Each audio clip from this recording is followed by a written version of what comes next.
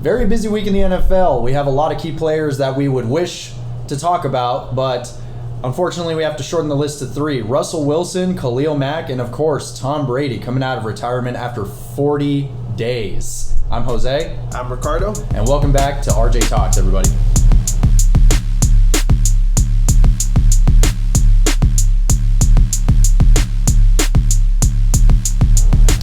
Welcome back to the show, everyone.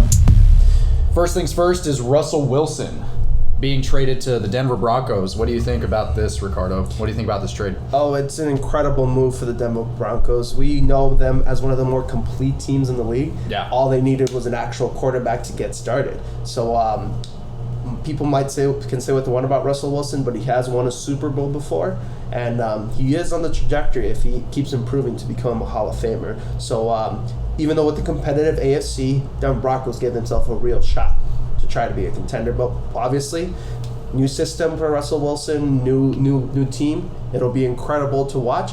But I'd say their worst case scenario, this team just makes the playoffs. Like that's their lowest ceiling. Could possibly be more, maybe make the Super Bowl. A lot of people are really hoping that they pull for the Super Bowl this year, but we'll see about that.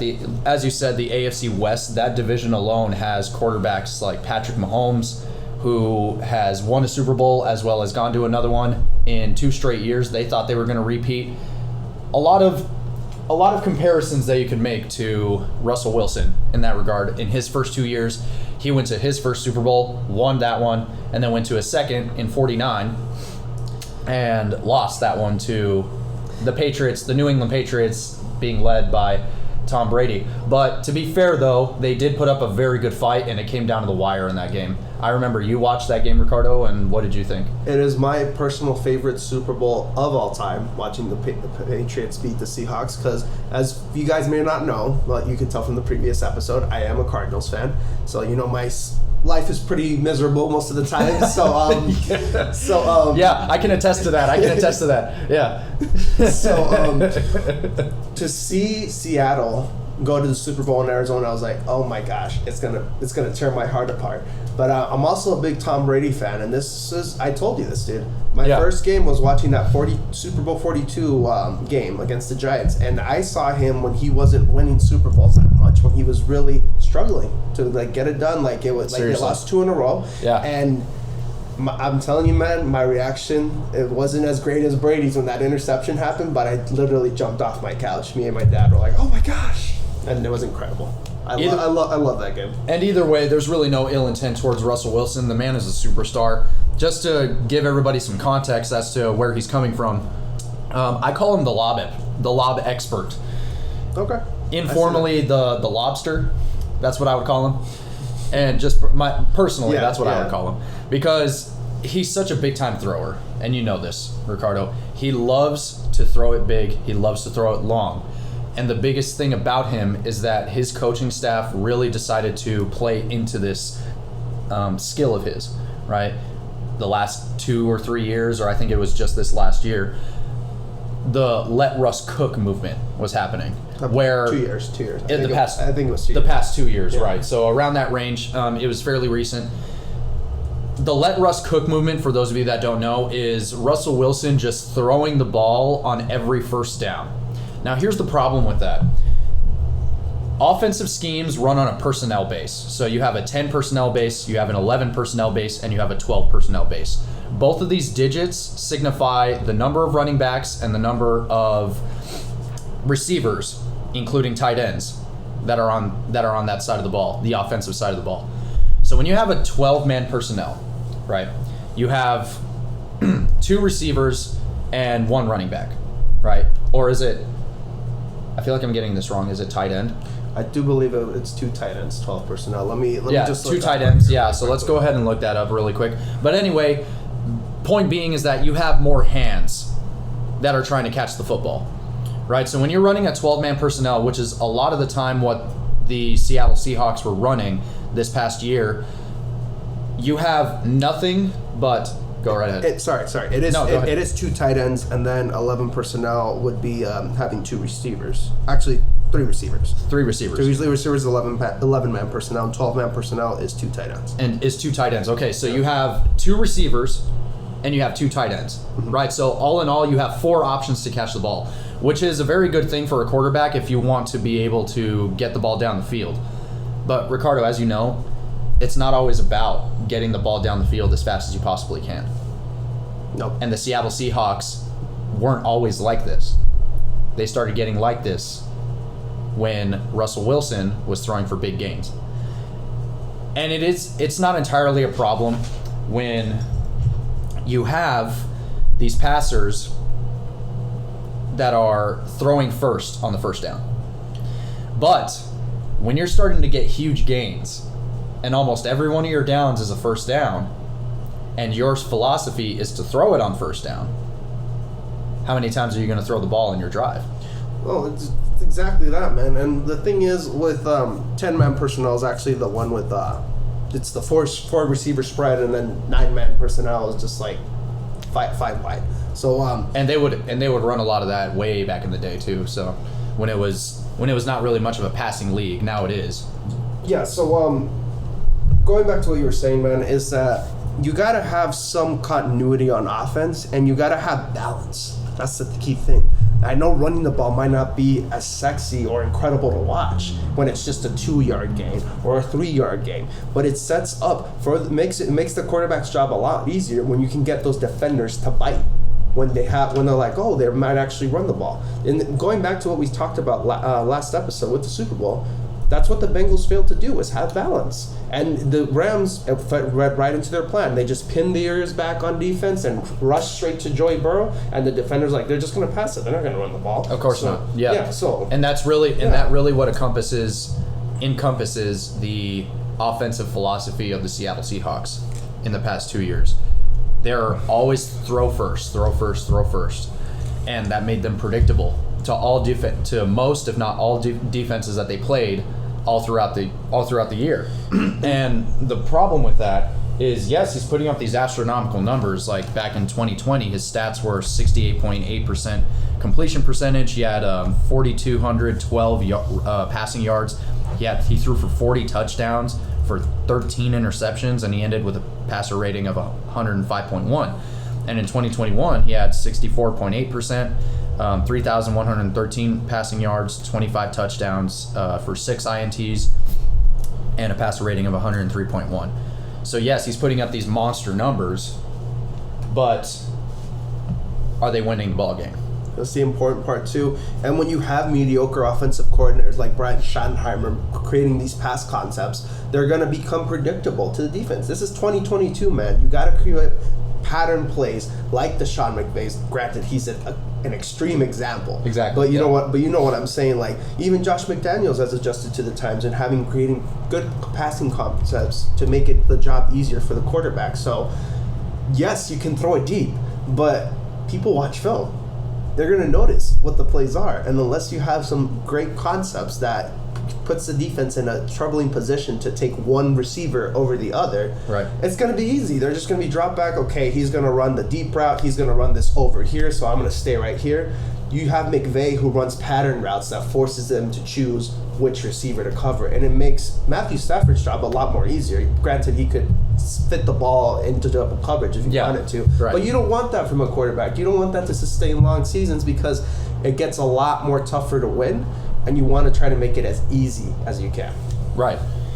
Physically easy, mentally easy, as well as harder for your opponents. Correct. Mentally and physically. Yes. Because you have no idea what's going to be coming if you have a well-balanced offense of running it as well as passing it. And that opens up opportunities for things like play-action passes. So if you're running the ball over and over and over again and you're getting those sustainable yards, or you're getting those first downs, and then the defense starts to catch on that, you can start running play-action plays to where you're faking the handoff to the running back, and then as you're coming back into the pocket, they're caught off guard by the fact that you're not even running the ball, and then there's a straight shot open for one of those receivers or one of those tight ends straight up the middle. I mean, and that's it, dude. And that's how good it looks. And what's beautiful about that concept as well is that when you have them caught off guard, you can run a delayed route, and it gives the quarterback time to run it. So let's say you run a play action, and to the people at home, I'll make it as simple as I can. So An out route is pretty much the receiver runs 10 yards and runs to the outside of the middle of the field, where it's to the left side or to the right To side. the sideline. Yeah, to the sideline. Right. A pattern route can mean they route it out and then an up. So if you catch the defender off guard, you can pump the ball. Like, pump is to fake throwing the ball. And then that's when you can take advantage of those deep passes, and they won't be expecting it if you're balanced in running the ball, running play action. If you're just running a straight shot down the left sideline with no attempt to disguise what you're doing, they're going to catch on to that. Exactly. A great corner is just going to be waiting for it, and they're either going to tip the ball away or they're going to intercept it. So out pattern routes are very, very key in those concepts as well, and it makes everything better for everyone. Receivers as well, because if they can fool someone, they'll be like, oh great, I'm wide open, here I go. Exactly. And that's what made Cooper Kupp so destructive, but that's not the here nor there. We've already gone over Cooper Kupp. But the point at the end of the day is Russell Wilson is on a new team, and you do say a new system. Yeah. It is a new system. It's a new conference for him. In a lot of ways, though, it's a return to form. Because back in the early days of the Seahawks, they would run a lot of the time. They would run the ball more often. Yeah. Right. Now they didn't have a Shanahan style offense, so to speak. Right. Yeah. But they weren't letting Russ cook. Right. Yes. They were actually effective in the way that they were moving the ball down the field. Nowadays they're much more predictable, and I'm not entirely sure how they're going to be doing with Drew Lock. But we can talk about that some other time. We can touch on Drew Lock. Sorry, Seattle fans are going to be stuck with him. According to some of the team, they're convinced that this is the guy that they need to take the next step, and he's not, but we'll get into that later. But you're absolutely right, Jose. Like, with this new system, it'll keep Russ under control and centered. Yes. When you limit some of those options, it makes it easier because he's not thinking, okay, I gotta make the big play here, otherwise my defense is not going to stop anyone. When you have a team that's good on both sides of the ball, you're a lot more comfortable, and you just focus on the play. You're not focused on trying to win the game or trying to make that play count. You just focus on that individual play, and it'll be fun to watch. And in some ways, there are some concerns of consistency across the board when it comes to Russell Wilson leaving to Denver, right? Yeah. But here's some consistency, a bit of consistency for you. Okay. As far as just the numbers go, some career stats of his, or just his career stats in general as of 2021, right? 65% flat completion percentage. He's thrown for 37,059 yards. He's thrown for 292 touchdowns, 87 interceptions. Love that ratio. Yeah, right? And a passer rating of 101.8. The man has never had a percentage under 60%. His completion percentage. He's never had a percentage under 60%. He's also never had a passer rating under 92 in his career. So if that's not a model of consistency, I have no idea what is. However, when he starts heading to the Broncos, and once he starts assimilating himself into that team, into that system, the biggest problem that's going to come his way is his scrambling. He cannot make that offensive line's job harder than it already is. So, just to clarify, when a quarterback drops back, and that's when they take the snap, that's when they take the ball and the play is in motion. They step back and they stand what's called in the pocket, right? And Ricardo gave a fantastic example of this last week when he mentioned holding out a U shape with your hands and putting a person in the middle of that, or a dot right in the middle of that. That's the quarterback standing in what's called the pocket, right? If that pocket starts to collapse, the quarterback is in trouble, and the offensive line is not doing their job. But there are things that the quarterback can do to make the offensive line's job easier. So when the quarterback drops back, he shouldn't be scrambling too much. In other words, breaking the play, right? So when he breaks the play and he scrambles outside of this safe zone, this pocket, as we call it, the offensive line needs to work harder by adjusting to where the defensive line is moving. Because as soon as the defensive line starts to see that the quarterback is moving outside the pocket, they're going to move with him. Because that's their job. That's what they're supposed to do. That's how you get holding calls all day. Exactly. Yeah. So that's what their job, that's what they do. So not only does it minimize penalties, but it also makes the offensive line's job easier by allowing them to at least stay in one spot, because it turns their two jobs into one. Their two jobs being blocking the defender first and foremost, and then preventing them from moving because you're moving too much to the outside. So it takes that job away completely, and then all they're concerned about is not holding, but pushing the defender back. So Russell Wilson definitely should and must focus on that aspect of his game, not breaking the play too early, and that's what he's been doing these past 2 years. Is once he starts panicking, once he starts getting nervous, he runs outside of the pocket, and we've seen this over and over again. He is a great improvisational quarterback. He loves to just look at the reads and go, okay, you know what? This wasn't my original read, but I'm going to throw it down anyway. The reads being the receivers. So you have a first, you have a second, and you have a third, or even a fourth and a fifth, right? Or even a fourth, excuse me. So your first and your second reads are your first two options as far as your receivers go. And that depends on the play, too. So exactly. Sometimes it's designed to a certain player. It could be the tight end, or it could be the running back or the receiver. But it doesn't matter. First two reads, yeah, exactly. It doesn't matter. It's interchangeable. Yeah. So in that respect, he has to keep his composure, and he has to trust his offensive line is going to do their job. And I think the run zone offense is really going to help him do this, especially with that head coach. That's definitely going to be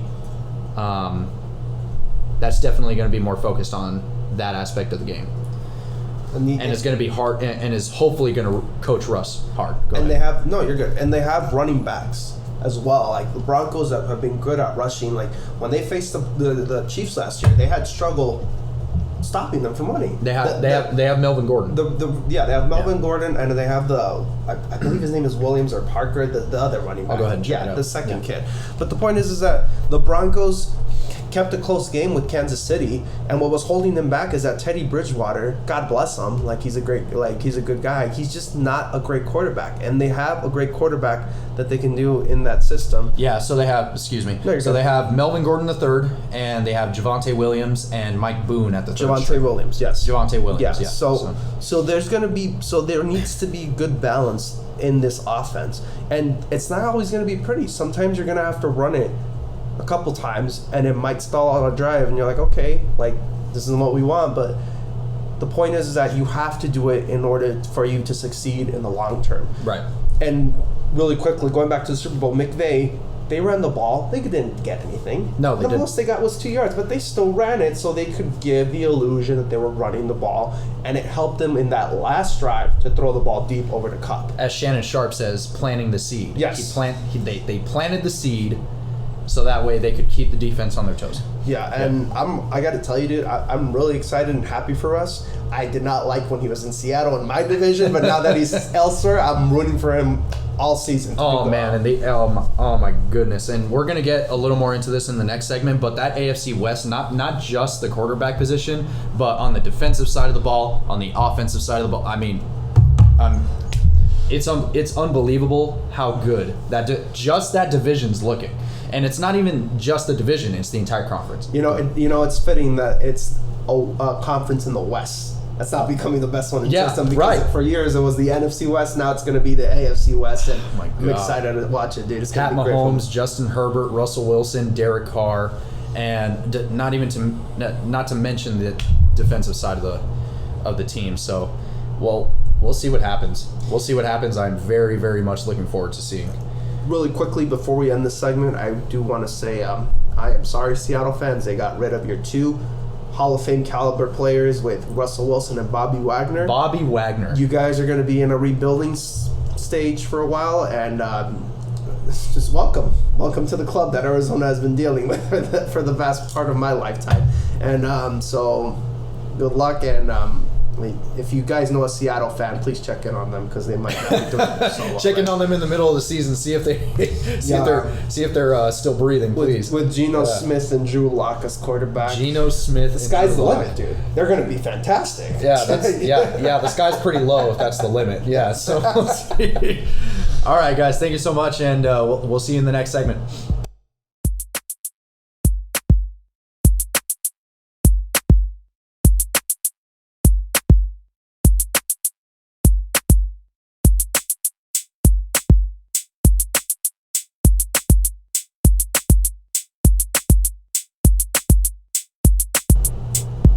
All right, everyone. Welcome back to RJ Talks. So we're going to our second segment here, and my personal favorite segment, because you guys know me, I love defense. So, with one of the bigger trades in this offseason, we got Khalil Mack getting traded to the Los Angeles Chargers. So, this is a big trade for a number of reasons. So, Chargers, one of their weak points, we could honestly say, has been their defense. Right. Compared, because they have Justin Herbert, they have Austin Eckler, they just re-signed their receiver, so they're set on that side of the ball. Yeah. But what did defense do, Jose? Defense just do what? Win championships. Exactly. Defense win championships. Yes, sir. So, part of what defense winning championships is that you need so on offense, you need a left tackle to protect your butt inside. Yep. On a defense, you need a pass rusher to get to that quarterback. Right. And that's what makes the difference between winning and losing. Now, Khalil Mack has been an elite pass rusher throughout his rest of his career. Now, really quickly, why I love Khalil Mack so much is that he works in any system. In a 3-4 or in a 4-3. If you didn't miss last week's show, 4-3 means that there's 4 down linemen set up, and then there's 3 linebackers set up behind them in the empty gaps. 3-4, the opposite way, 3 down linemen, and then 4 linebackers in the opposite gaps. He is the only player, Jose, to be an all-pro. And all-pro means number 1 in your position. Right. For defensive end and outside linebacker. And he's normally he lines up as an edge rusher, does he not? He does. Yeah, like TJ. Yeah, exactly. So but what's beautiful is that he can play D end and outside linebacker as well. Right. So it's just a matter of where you want him. So the reason that this is so exciting for the Chargers is that Joey Bosa is a good pass rusher in his own right. Now, one number that I like to bring up here is something that may get overlooked to the average person, but double teams. Double teams is what changes life for offense and for defenses as well. Right. Now, me personally, when I was in high school, I would get double teamed, I would say 8 out of 10 plays, if I'm being honest.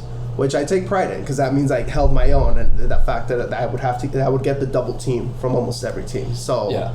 It does get frustrating when you play it that way, but if you break through, it's amazing. And if there's 2 on you, that means that someone can make another play as well. So you're making the play without actually making the play, if that makes sense, because they're focused on you, and another person can make the play on that defensive side. Yeah. So, reason I'm bringing this up is because we all know that Aaron Donald gets double teamed more than anyone in the league. For obvious reasons. For obvious reasons, because he is a monster. Mm-hmm. Joey Bosa is right behind him. Now, the numbers that I pulled up here, as far as getting double teamed, I'm sorry, that isn't for double team, but that's for pass rush win rate. But still, so Aaron Donald gets a pass rush win rate of 23.5%. Joey Bosa 22.2% since this 2017 season. Why am I giving you guys all these numbers as far as double teams and pass rushers? Is because finally Joey Bosa has an elite pass rusher that's on his level or possibly better. So what this means that if they double team one person, it'll be one-on-one, and it'll be easy pickings for either Bosa or Mack. Because you can't double team both. You got to pick one. Right. And according to Pro Football Focus, the LA Chargers defense was ranked 25th out of 32 last year. And that was as of the end of the season. And apparently they had dropped down three rankings. Now, and it says here that Joey Bosa is one of the best defensive linemen in the game, but lately this defense hasn't been giving him enough help. This is a direct quote from Pro Football Focus. And Bosa is responsible for 62 pressures, yet he and Derwin James are the only Chargers defenders with 70 plus overall Pro Football Focus grades for the season. Again, another direct quote from Pro Football Focus. So, Ricardo, would you say that's pretty accurate just based off of what you've seen? Absolutely. No, that's absolutely right based off what I've seen. Like, I know, I've watched Joey Bosa in college, too, like when he was at Ohio State. The guy can play. The guy's a top pick for a reason. Like, he's great. But if, like on offense, if you don't have any help around you, it's not going to lead to much success. Exactly. So this is why this is a huge pickup, and it'll help the Chargers in the long run. Now, people who know defense, I know what you're saying. Well, Khalil Mack has been having an off season. His sack numbers have been down. That's okay, because even if Khalil Mack is not at his 100%, Khalil Mack at 75% is better than 90% of the league. That's just how talented he is. And pretty much almost anything on the LA Chargers defense. Oh, without a doubt. Yeah, no. No, that's all you need. That's all you need. In the Chargers defense, without a doubt, man. No, him and Bosa and James will be fighting for best player on the defense. Honestly, if Mack stays true to form to what I've seen him before, he might make a run for like defensive player of the year.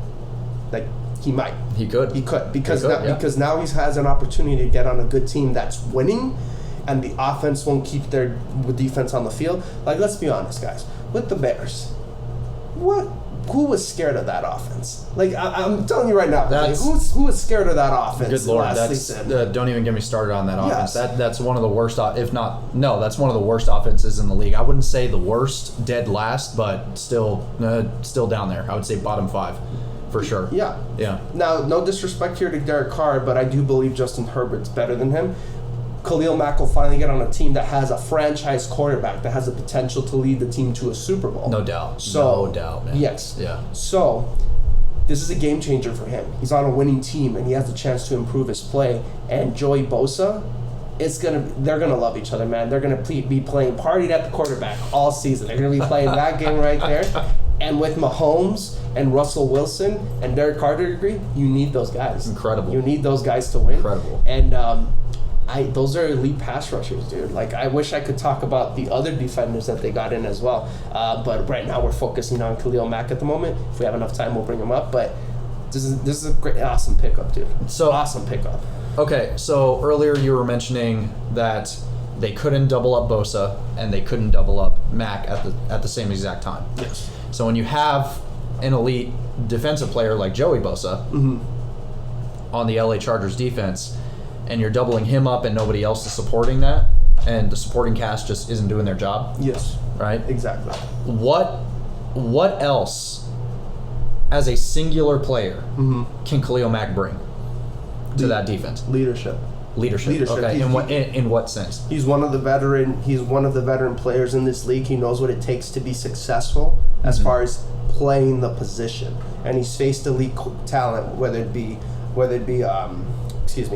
Aaron Rodgers or he's faced. I do believe the Raiders have faced the Patriots a couple times with Khalil Mack on the field. Now he has played Adrian Peterson as well, so like he has faced like great talent, and he always gets the team's best. For him specifically, he can help lead that D-line. Right. Now, Joey Bosa, he's great in his own right as well. So I think he might look... Mack is a little bit older, so like you can see him learning off of Mack as far as specific moves, so he can bring leadership to that defense. And that situation with the Raiders, that was just John Gruden's thing as far as like wanting to build the right team and not pay Khalil Mack. Once Khalil Mack got paid...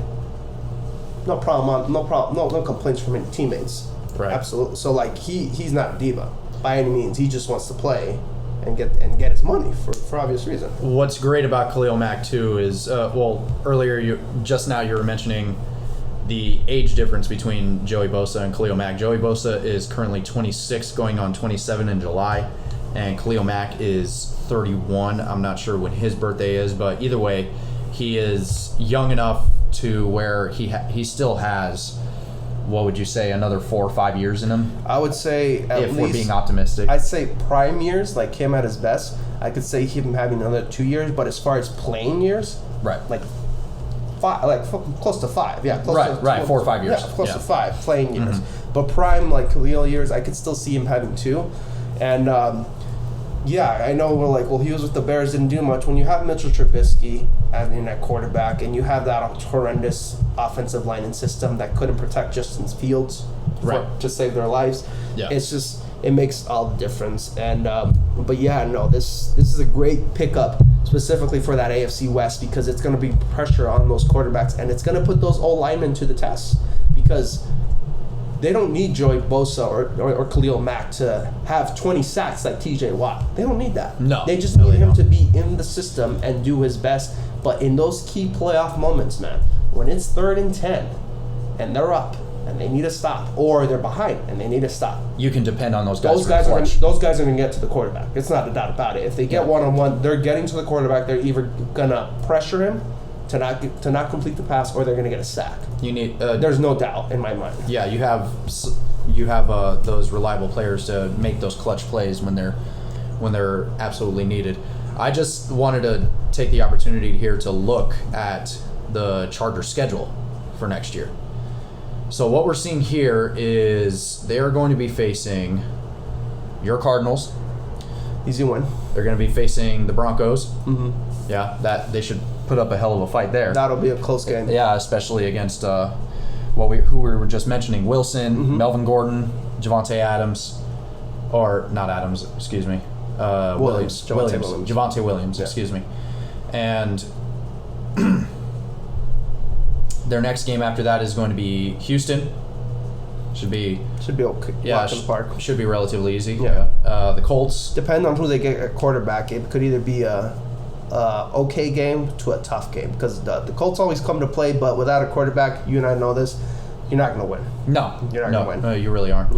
Yeah. Speaking of elite quarterbacks, they have the Kansas City Chiefs right after that, and I would say, just based off of last year, that Justin Herbert and Patrick Mahomes had a bit of an unofficial rivalry within, not just a division rivalry that's pretty obvious and straightforward, but just a personal rivalry in general. Because they're both similar players, man. From player to player. They're both very similar. They both play the same style of football, and Chargers got one of those games, and they're going to get a better team this offseason. So that people are quick to say Kansas City is going to be the automatic favorite.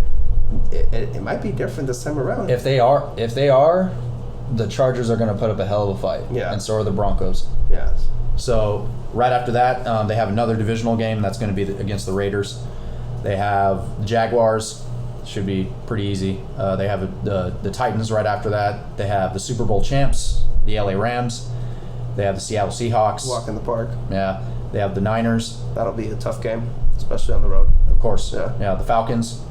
That'll be a walk in the park. Yeah, the Browns, and then the Dolphins. Yeah. Right after that. So, this saying, Chargers have a real shot here to make a run. They do. They finally have one of the more complete teams that I have seen. Now, I know, don't yell at me. I know LaDainian Tomlinson and Phillip Rivers and Antonio Gates was an elite group, but they didn't get the results. And their defense, I don't think it matches up with what we're going to see next year. Oh hell no, man! I'm telling you.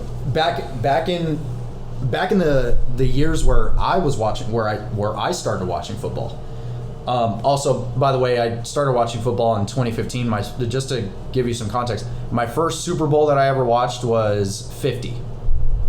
So, not ever watched, but watched as a fan. The first Super Bowl I ever watched as a football fan was Super Bowl 50, if that gives you any kind of context. And I didn't really start learning about football as far as the game goes and the strategy of the game goes. I didn't start learning about that until about a year and a half ago, until Ricardo and myself really had some in-depth phone conversations about what exactly is happening in the league.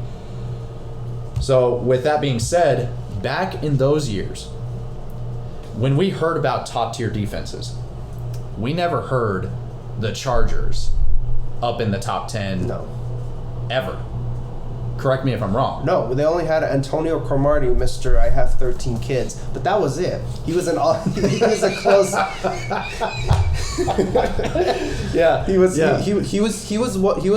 one of the few elite players that they had. And don't give me Junior Seau, because he left before Antonio Cromartie got his thing. Junior Seau was great, but he wasn't there during the years as far as Cromartie. So no, you're absolutely right, dude. Like when you don't think defense when you think the Chargers. You even back in the '80s, Dan Fouts. And those guys, like they were always known for their offense. So if you're a Chargers fan, I know people make fun that they're not be any, but I know a couple Chargers fans myself. So do I. Yeah. So do I. I know a couple of them. It'll be an exciting time because when you have a defense that can match with that offense, that's what makes you real dangerous. So we have nothing to do but wait and see because you and I both know games aren't won on paper.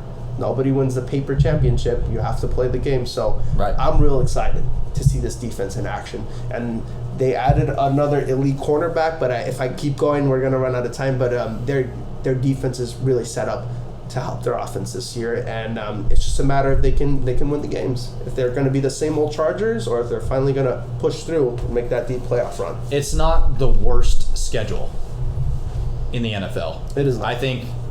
I believe that title goes to Tampa Bay this next year. Mm-hmm. Tampa Bay's schedule is wicked. I mean, they're going up against these top tier teams one after the other.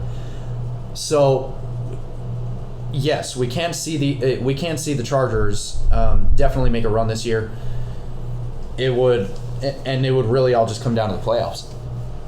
And they missed it by an inch last year. Yep. By an absolute inch. And I think with the help of this defense, one can only hope. One can only hope, but definitely. But I'm telling you, man, to make a Super Bowl run, you need the quarterback, and you need those pass rushers. And you got them. You got both of them. It looks like we've got them. They got both of them in their own right. And then as far as those other weapons, they have solid weapons. It's not like they have nobodies on receivers and like running back. No. And their defense is getting better. Derwin James, great safety who can actually cover, unlike some in Seattle who got traded for 2 first-rounders. Oh yeah. Unlike that other bum, right? Bobby Wagner. So yeah, they got Derwin James, and I'm sorry, dude, I just can't help it because it's defense. They got J.C. Jackson from the Patriots. Yes. They took one of our guys. He's gonna be an incredible help to them, and I really do believe he has that talent to be an elite corner. He's definitely a number one, but I think he'll definitely help out that defense, taking the top receiver, not necessarily shutting them down, but like slowing them down enough to where those pass rushers can get there. That's how people forget about this with pass rushers and corners. It's in sync. They work in sync, dude.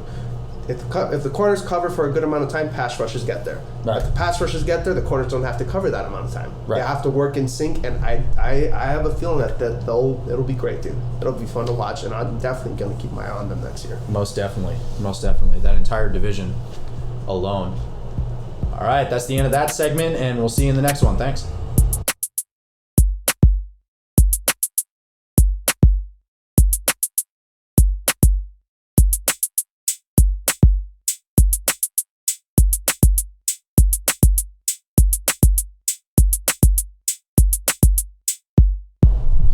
All right, everybody, welcome back to the final segment of RJ Talks. So this is going to be a very interesting topic. I'm not going to take too much of your time, but it's going to be the return of the GOAT after his brief retirement of 40 days.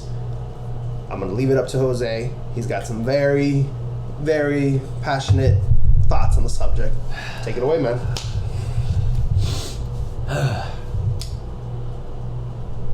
7 years ago, Yes. I got into football because my good friend, one of my best friends in the world, Ricardo here, showed me the Brady 6, which was the documentary that came out right after Tom Brady won his third, or shortly after he won his third. So around 2011. Yes. Around 2011, Yes. yeah. So when, okay, so it was long after, but point is that I got into football because of Tom Brady. I liked the spirit. I enjoyed the sportsmanship that he had to offer. So, needless to say, the man has 7 Super Bowls. Yes. Greatest of all time. Before that was Joe Montana. He won 4 straight. When Tom Brady won his first Super Bowl, and I'm going to reiterate this, just going off of what Shannon Sharp had said on Undisputed. When Tom Brady won his first Super Bowl, nobody said anything about him being better or even remotely related to Joe Montana. Not at all. And when he won 2 Super Bowls, nobody mentioned him. When he won 3 Super Bowls, nobody mentioned Joe Montana either. When he even when he matched Super Bowl wins with Joe Montana at 4 back in 2014, no one person said that Tom Brady was better than Joe Montana. Except for one, sitting right next to you. Yeah, I'm except the only for you. one. I'm the only one of the person. Except for you, yeah. But that's just me. At that point, you were the minority. Yes. Right. You were in the minority in that discussion. When he won his 5th, people were still doubting that he was the GOAT, the greatest of all time, because people were saying things like, Joe Montana never lost a Super Bowl. Joe Montana never threw an interception in the Super Bowl. They would not admit that Tom Brady was the GOAT until he won 6. And then they reiterated it when he won 7 in a different conference with a different team at home. At an older age. At the ripe age of 44. I wanted the man to retire. I wanted the man to sit down and live the rest of his life in peace, knowing that no one is going to match up to him in this lifetime, let alone get close to what he's done up until this point. Played 22 years, first with the Patriots, and that's a reason why I'm a New England Patriots fan. And yes, because of Tom Brady, but since then, I'm still a Patriots fan. I'm not a Tampa Bay fan. So those of you that are screaming at me through the computer screen right now, if you feel that passionately about it, stop it.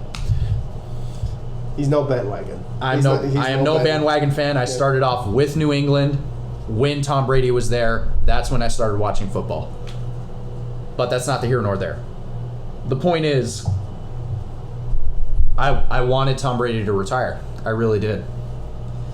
Tom Brady's skill, as we've seen in his later years, is absolutely just undeniably great, unmatchable. So with his return to the league, seeing that the growth of the AFC West is imminent, seeing that conference in general, as far as the quarterbacks go, is left in good hands. AFC North is building up too. It is. Yeah. It is, with yes. Burrow and Lamar. And with my Patriots, we have Mac Dad Jones coming out of the woodwork. He's shown a lot of potential. I'm not going to say that he's great. He's very good. I am biased when it comes to the New England Patriots, but I do want to stay as objective as possible and say that, yes, he looks very good. I don't want to jump on the wagon and say, yes, he's great, he's transcendently great. He hasn't shown us any of that. He hasn't had any time to show us any of that. So, yeah. The point is that the AFC, the American Football Conference, is left in good hands. So the question is, do we really need Tom Brady to come back? Do we really need Tom Brady to come back into the league and just plain flat out make it unfair to win in the league? And that's not to say that all of the other players do not have a chance. They most certainly have a chance. Mm-hmm. They just have less of a chance when Tom Brady's around. And I understand that a lot of people that are not Patriots fans, that absolutely loathe Tom Brady's presence in the league, have a problem with him coming back. So when it comes to those people, I sympathize with those people.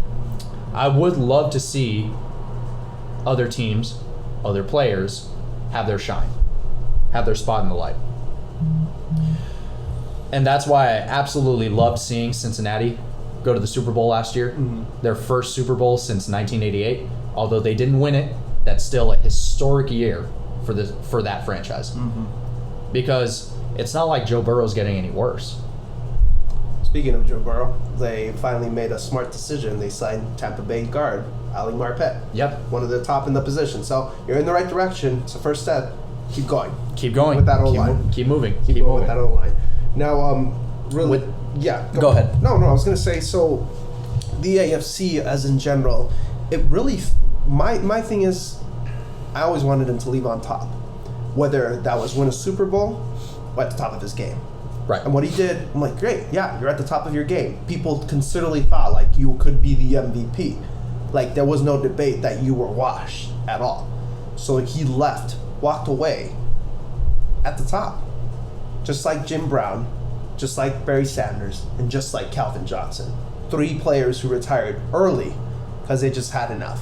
Now, those 2 players were in a garbage franchise, which I get. Jim Brown did it for his health. He made the right decision. The man is still alive and can walk. Those 3 players? Yes. Yeah. Now, the AFC, when Brady was around, it was epic, man. I grew up with it. You had Peyton Manning, you had Tom Brady, you had Phillip Rivers, you had Ben Roethlisberger, and then you would have newcomers coming in and out, and then you would have Eli Manning, Drew Brees, and then Aaron Rodgers later on. But it was the end of an era. It was the end of an era of those older quarterbacks. I will even bring up Kurt Warner, those 2 years with Arizona. Like, it was still like considerable. Like, it was a tough QB battle. Excuse me, I forgot about Mr. Pick Six himself, Brett Favre, too, like early on as well. But you understand what I'm saying? Like, it was the end of an era of that era of quarterbacks. It was incredible to watch. And I felt my childhood come to a close, and I was like, man, that really was the last part of my football childhood. I agree with you. I think he should stay retired, but if I can't help but say, dude, like if he's able to just pull off riding off into the sunset next year, people might forget about this. Might be like, okay, yeah, he changed his mind, but he ended up leaving winning. They will. Yeah. The tough part about that is it's so hard. Like, it's not a guarantee that you're gonna win, especially that AFC. Right. The monsters that are showing up there. NFC, people, it's not as competitive as the AFC, but it's still the NFL. It's a toss-up. A team is going to emerge. We see it every year. A team's going to emerge. Last year was the Rams. Might be the Rams again next year as well. But now with the players that they're losing, but possibly. But even if they do, there's less of a chance that it'll happen. It's possible. Yeah. My point is that they might make a playoff run. It's possible. Right. It's hard to defend. Bucks got hurt last year, and then the Chiefs got outplayed in the final game. Right. So it's hard to repeat. Yeah. But with Tom, I really am torn, dude, because I'm just like, yes, I want him to retire, but if I can't help it if he's able to pull it off. But that's the thing, if he pulls it off. If he doesn't, what is he gonna do? That's the thing. At some point he has to go sit down. Yeah. At some point he has to retire, and he has to enjoy the time that he has with his family. Mm-hmm. Right. I'm not going to get into that. I'm not a family man myself. I'm only 25, so I can't really say anything about that family dynamic. I don't have children myself. I'm not married myself, so I can't say too much about that. But I would imagine that a parent, while the kids are young, would want to spend more time around them. Okay, spend as much time around them as possible, mm-hmm. especially with both of them working as much as they do. So for us, we're speaking from a kid to their father, right? Mm-hmm. We would want our dads to be around. We would want our dads to make trips with us. Mm-hmm. We would want our dads to give us advice when we need it, to pick us up when we need it. And personally, that's what my dad does for me. Mm-hmm. So I could very much sympathize with his kids on that sense. Yeah. In that sense. Yeah. But going back to him as an athlete, just purely as an athlete, purely as a player, his career is unprecedented. He was drafted by the Patriots in 2000, round 6, overall 199th pick in the draft, and then goes on to be the greatest of all time. 6 quarterbacks were picked before him. Those were Chad Pennington, Chris Redman, T. Martin, Spurgon Wynn, Giovanni Carmazzi, and Mark Bulger. Sir. Those are the 6 quarterbacks that were picked ahead of him. How many out of those names, who's talking about those people anymore? You got me, man. Aside from us. No. Who's still talking about those people? To the average person, to the average fan, who knows about those people, really? Exactly. Yeah. Who really knows about those people unless you've really seen that Brady 6 documentary. But the shining star out of that draft was most definitely Chad Pennington. And one could even make the argument that he was the last chance that the New York Jets had at a franchise quarterback. People now. Mark Sanchez, they helped win, but I feel Pennington was more talented than him. Most definitely. Yeah. If Pennington had been with that team, they might go to the Super Bowl, one of those like AFC Championship runs. Very early on. Yeah, because he just got hurt, but he had some talent to be.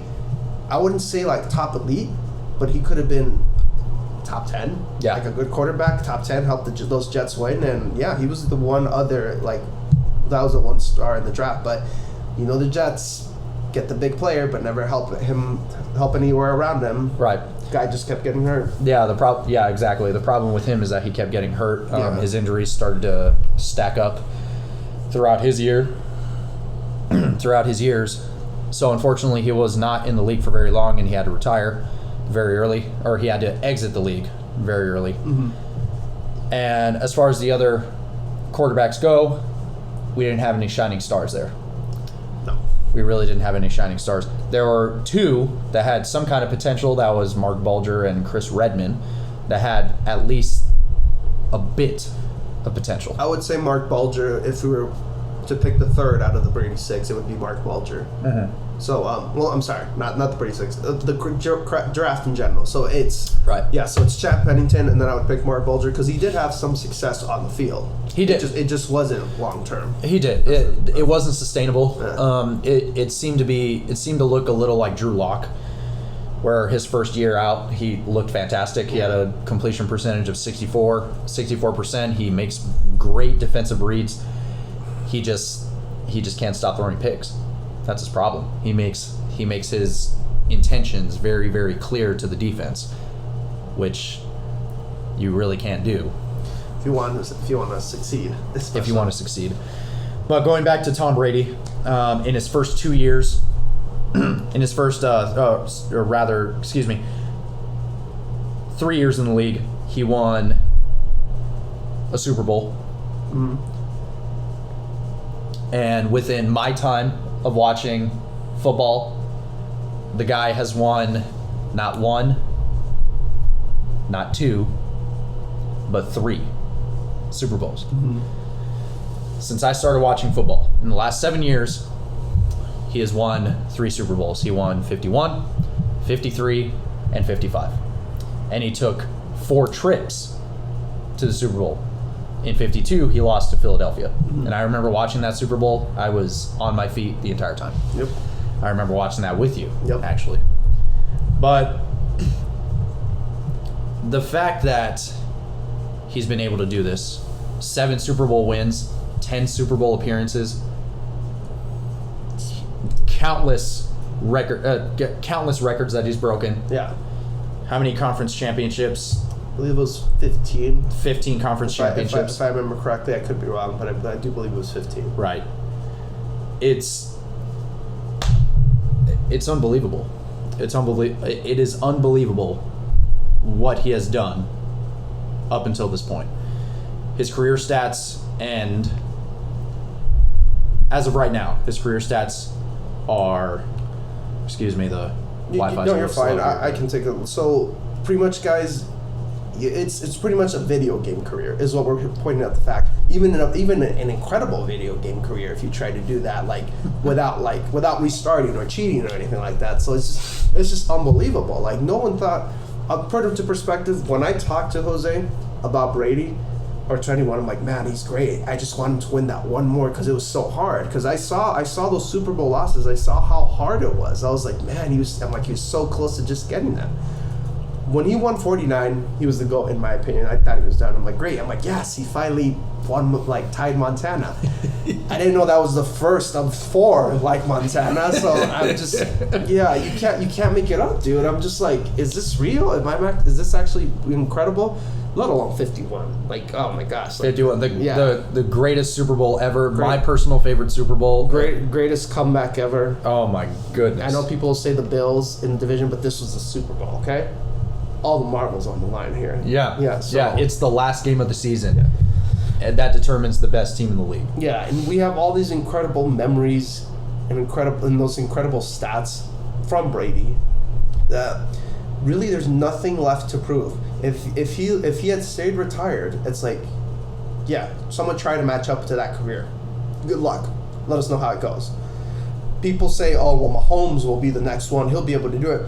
Just last season, he was having struggles because defenses adjusted to what he does well. So, people don't understand that there are other teams that want to win just as bad. So it's not a given that like, oh yeah, let's step aside and let this other guy and less chances to win. Yes. When compared to other sports like basketball. Yes. Right. It's all one and done. But go ahead. You got some stats you wanted to throw out right here. Yeah. So his career stats are his completion percentage as of now in the last 22 years is 64.2. His yards threw for 84,520 yards. 624 touchdowns, 203 picks, and an overall passer rating of 97.6. This is just regular season, by the way, guys. This is all just regular season. This isn't him showing his playoff poppy skills. So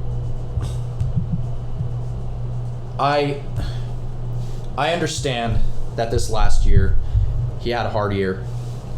A lot of his top star defensive players were injured, as well as some of his offensive players. Yep. Right, some of his favorite targets were gone, and he did the very best that he could up until the Rams. Now the Rams last year just built an all-star team. Yes,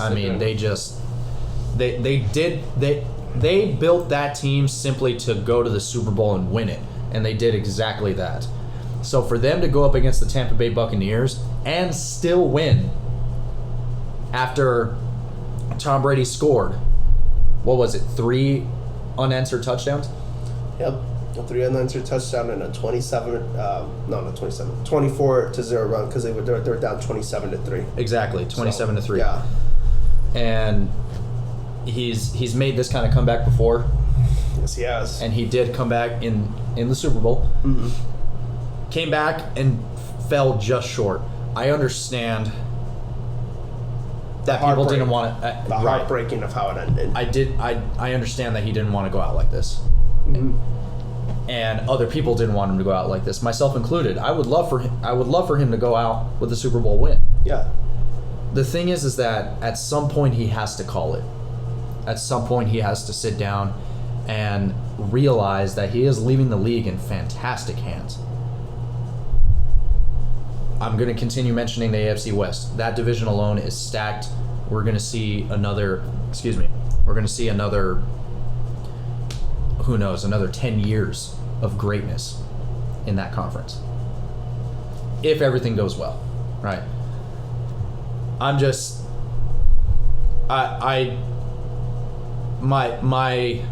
The emotional side of me says that, yes, I'm very happy to see him come back. He's the guy that got me into football after all.